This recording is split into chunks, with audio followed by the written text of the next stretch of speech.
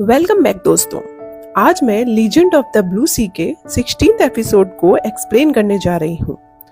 Episode की शुरुआत होती है, हम देखते हैं कि जॉन जी की मॉम जॉन जी की तरफ बढ़ रही हैं।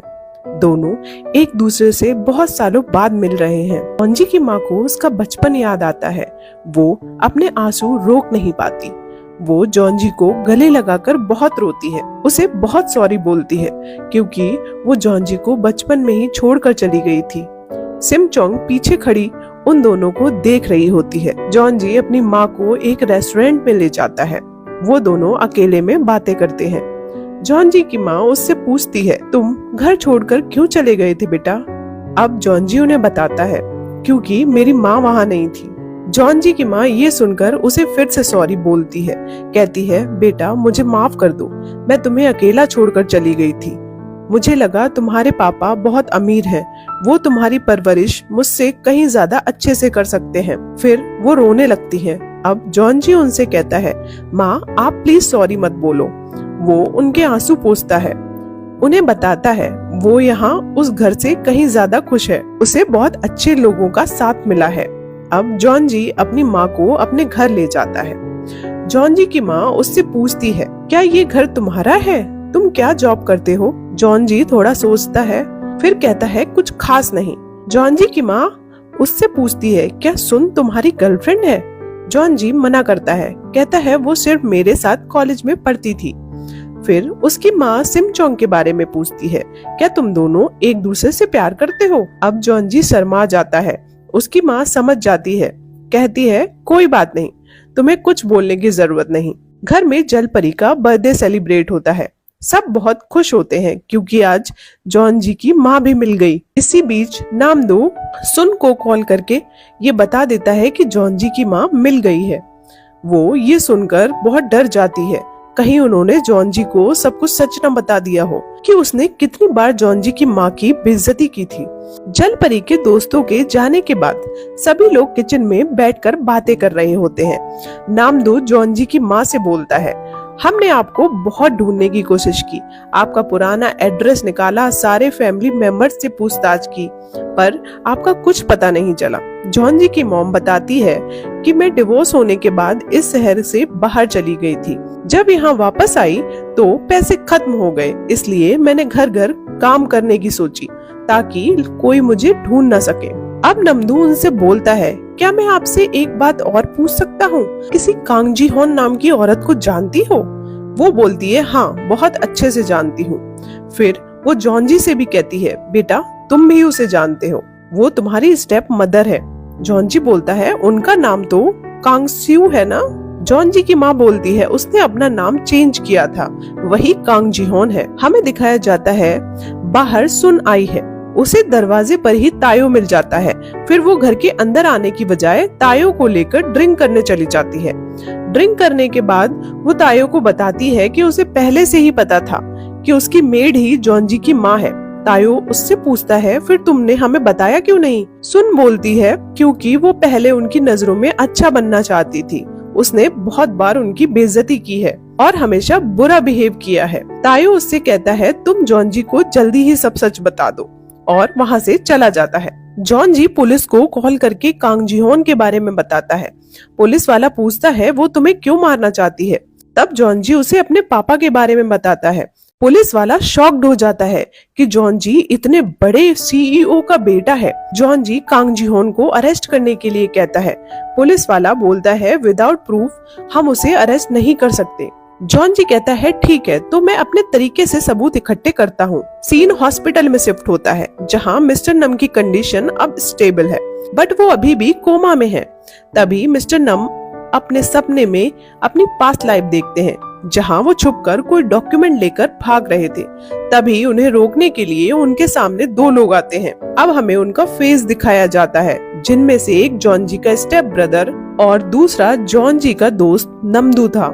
इसका मतलब है कि नमदू भी उन बुरे लोगों के साथ मिला हुआ था जिन्होंने जल परी और दमयोंग को मारा था।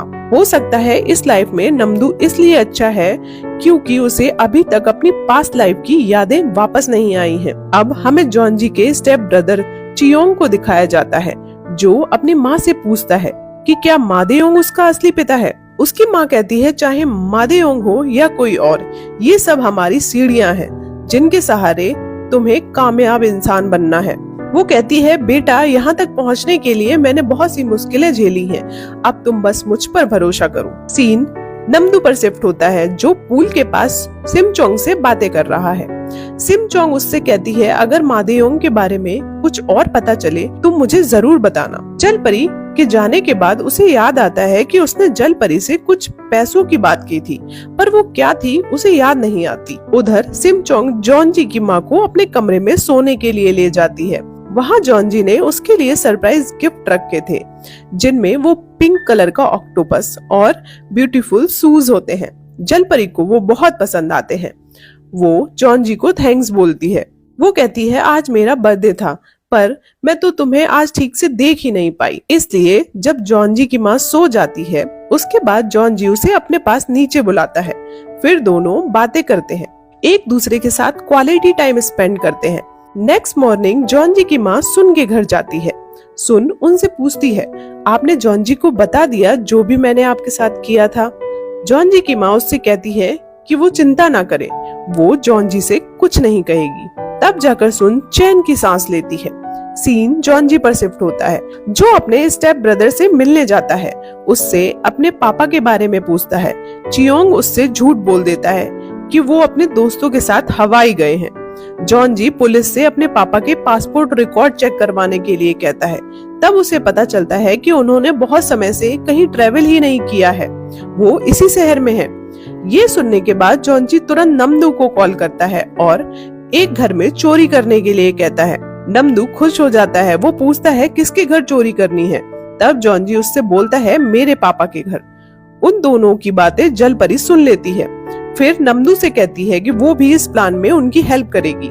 नमदू बोलता है पर जॉनजी को मत बताना वरना वो गुस्सा हो जाएगा। अब सब अपना अपना प्लान एग्जीक्यूट करते हैं। जॉनजी की माँ जिन के पास जाती है, उससे कहती है कि उसे सिर्फ 2 घंटे के लिए कांगस्यू को बिजी रखना है।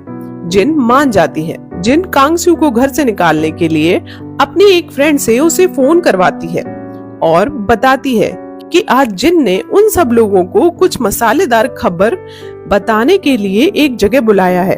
ये सुनकर कांगस्यू को लगता है कि वो सब उसके बारे में ही बातें करने वाले हैं, इसलिए वो भी पार्टी में जाने के लिए घर से निकल जाती है।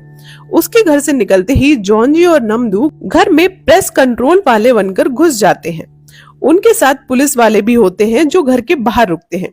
दूसरी तरफ जल परी को दिखाया जाता है जिसने चियोंग को डिनर पर इनवाइट किया है ताकि वो भी घर ना जा पाए। हमें दिखाया जाता है कि उनके पीछे बैठकर मादेयोंग खाना खा रहा है। वो चियोंग पर नजर रखे हुए है।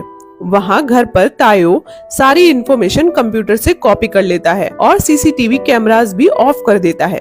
जॉनजी वहाँ से वो दवाइयाँ अपने पास रख लेता है जो उसकी स्टेप मदर पापा को दे रही थी। फिर टेबल के नीचे ट्रांसमीटर लगा देता है जिससे उसे वहाँ की सारी खबर मिलती रहे।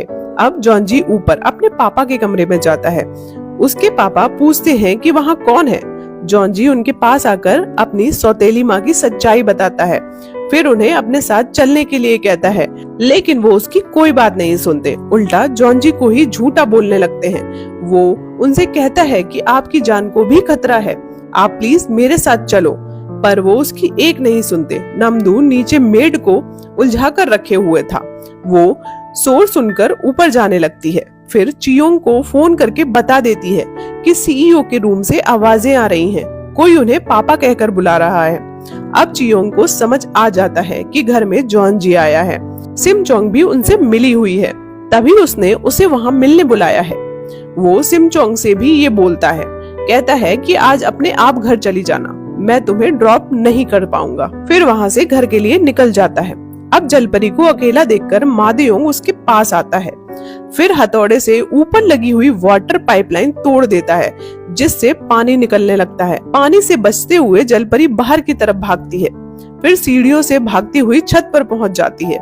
मादेयोंग भी उसका पीछा कर रहा था। जैसे ही मादेयोंग छत पर आता है, जलपरी उसका हाथ पकड़ लेती है। वो मादेयोंग से कहती है आज वो उसकी सारी यादें मिटा देगी, लेकिन उससे पहले उसे उसके पास्ट में किए गए सारे गुनाह दिखाएगी, जिससे उसे दर्द का एहसास हो। अब वो उसका पास दिखाना शुरू करती है। वो देखती है कैसे उसने कांग सियो के साथ मिलकर उसके दोनों पतियों को मार दिया, उसकी पूरी फैमिली को भी खत्म कर दिया। ये सब देखने के बाद अब वो अपने आप को भी उसके पास्ट में देखती है। उसे वहाँ दमयोंग भी दिखाई देता है। फिर वो दोनों कैसे मरे वो सब कुछ देख लेती है। अब जलपरी बहुत रोती है क्योंकि उसे जॉन्जी की वो कहानी याद आती है जिसमें उसने दमयोंग और जलपरी के बारे में बोला था कि उन दोनों की शादी हो गई, उनके बच्चे भी हुए और वो खुशी से साथ साथ रहने लगे, फिर बूढ़े होकर मर गए। इस तरह उनकी हैप्पी एंडिंग हुई थी। सच जानने के बाद अब जलपरी मादयोंग का हाथ छोड़ देती है। वही खड़ी होकर रोने लग जाती है और ये एपिसोड यहीं खत्म हो जाता है। आगे क्या होगा जानने के लिए बने रहिए मेरे साथ। मिलते हैं नेक्स्ट वीडियो में। तब तक के लिए good bye and take care.